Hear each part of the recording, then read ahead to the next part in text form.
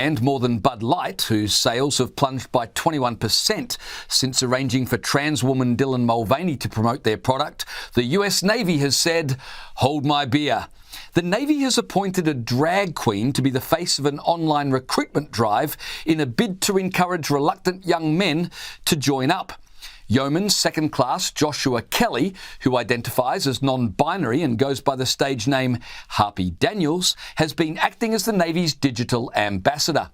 Advertising themselves as sailor by day, drag queen by night, Kelly says they are proud to serve, proud to slay. I'm certain Xi Jinping is shaking in his heels. Sorry, boots. Just when you thought no one could damage their own brand more than... Well, if you don't know what we're talking about the Army getting woke, which I did not know was happening.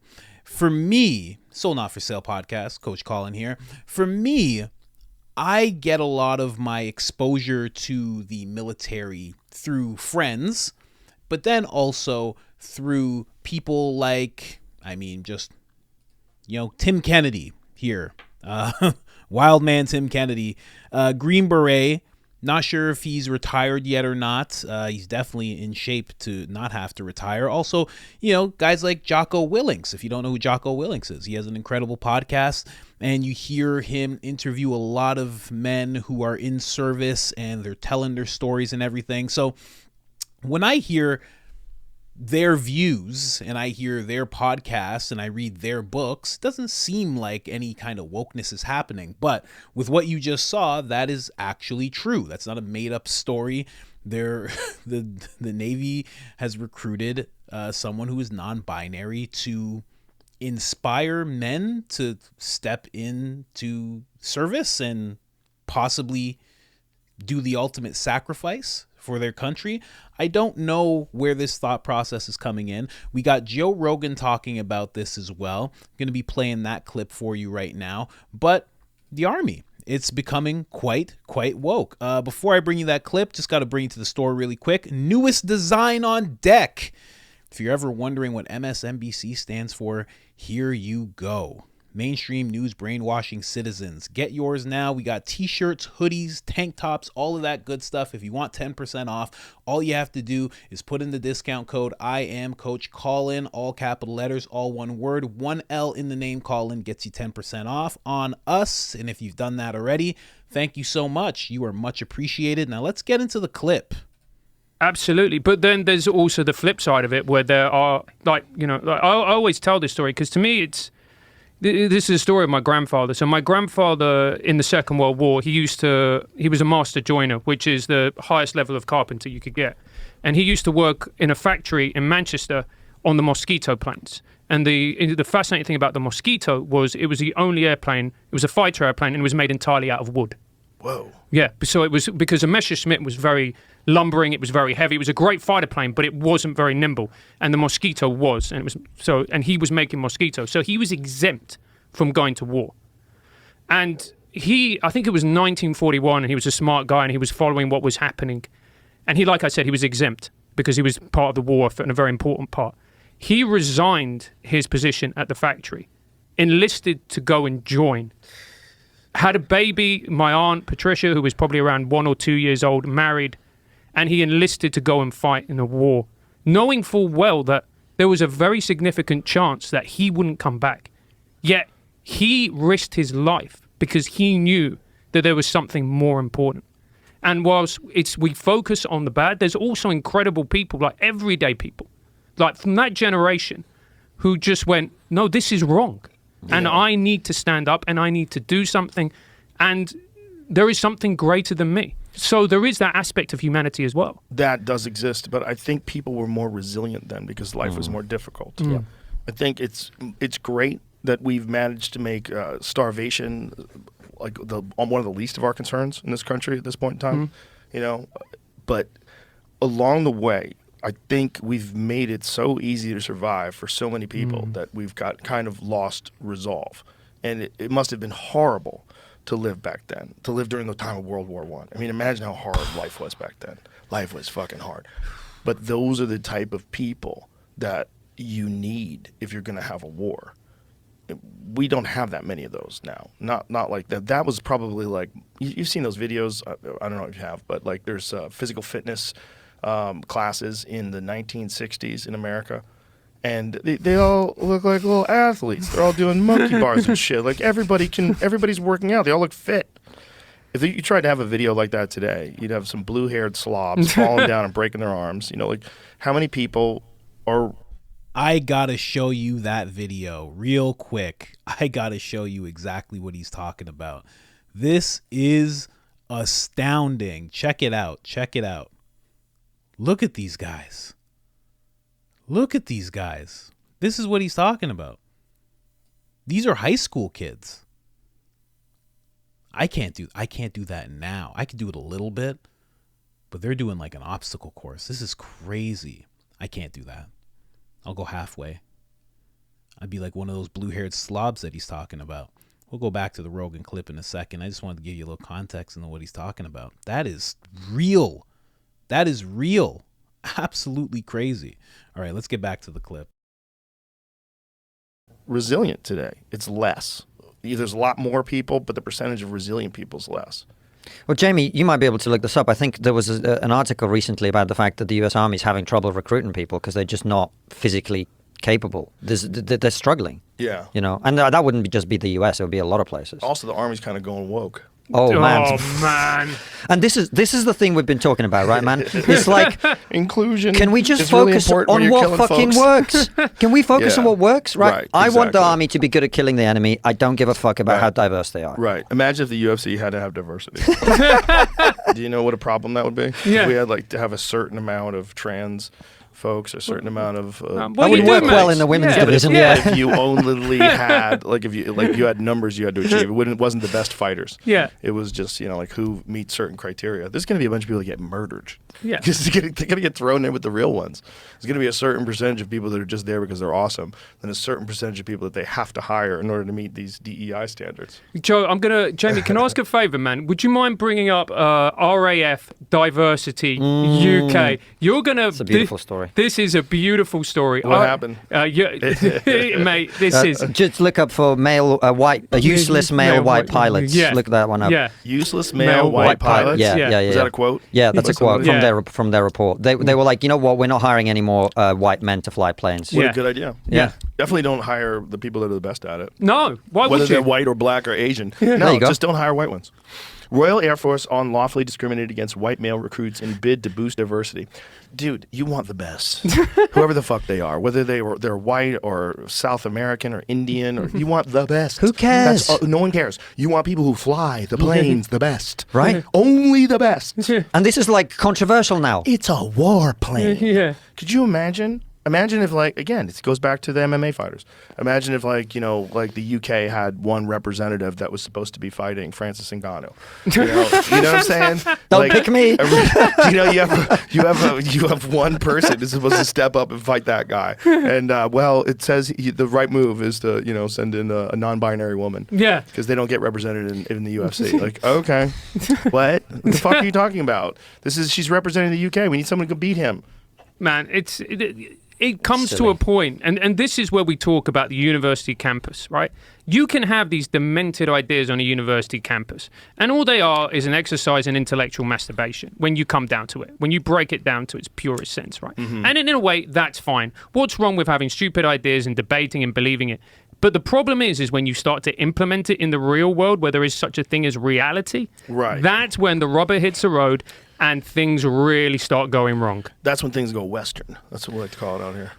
Right. Things got Western. Right. And I will say as well, I think, we've been talking about social media. I think social media is a big part of this. I don't know if you've seen the graphs, but basically what happens in 2013, 2014, newspaper articles just start, all this social justice bullshit, it just goes through the sky. And not just in the US and the UK, it's Qatar, it's every country in the world. So I think social media rewards ideas that sound good. It does, but it also awards echo chambers. Yeah. That's a big part of it. Just like we're talking about universities, that the echo chambers on the right wing online are just like the echo chambers on the left wing. Yeah. And it's like it rewards that. Everybody looks for their favorite commenters who jump on their threads and comment on each and every one and back them up on these things, and they look at all the likes and kicking ass. Yeah. But my favorite story of this year. Man, I let that clip run a little long for you guys, but yeah, the Army, change it. Useless white pilots. Man, because who needs that white supremacy in the skies? You know, it's already on the ground everywhere. One time I had to take this this diversity training of sorts when I was in the film and television industry, and it was a short-haired, gray-haired woman who looked like Ellen. You know, Ellen, I don't want to say, you know what I mean? She was part of that community. And she said the words, she's like, I have to let you guys know that you're swimming in a pool of white supremacy. And I was like, what's going on right now? I was shocked. I was so, I clicked out. I'm like, I'm not doing this. I'm not doing that. I just turned the screen off and just went, I couldn't listen to it. It's wild, the kind of training. But when we talk about the Army and this happening to the Army and people not being as resilient, I think that's by design. I really do.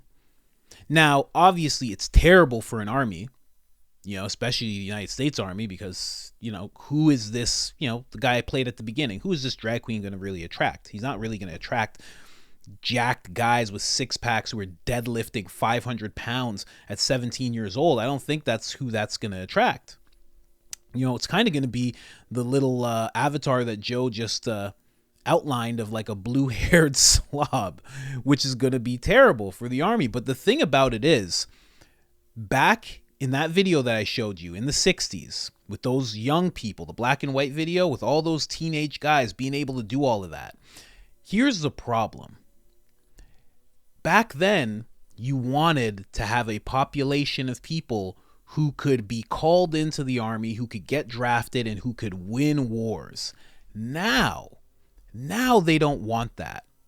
Because before it used to be outside threats. Now, I've talked about this before, there's kind of this weird attack from within going on, this oppression that's you know, it's not just in the black community, it's in the white community, it's everywhere. You know, it's middle class, it's lower class, it's everybody now that's kind of being pushed down by this unknown force of people in power. So if you had everyone from my age group right down to 16 years old that was jacked and could defend themselves and could do a lot of athletic feats, could fight, that would be a problem for the powers that be. That would be a huge problem for them. You know, how hard would it be if you had this population of men to the hundreds of millions that were all ready to fight and could fight, and then you passed, you know, some wild law like the Restrict Act or something like that, and those men didn't like that? What could they do? Well, they could do what they wanted. That's what they could do. They could stand up. They could rise up. They could do it real easy. Real easy. But if you have a bunch of people who are out of shape and complacent and just want the tastiest thing and don't really care and don't know about calories and don't know how to grow their own food and ingest whatever's thrown at them, you have a population like that. When you do pass a law or when you do overreach a little bit, you just have a lot of people who are, not everybody, but you have a lot of people who are just like,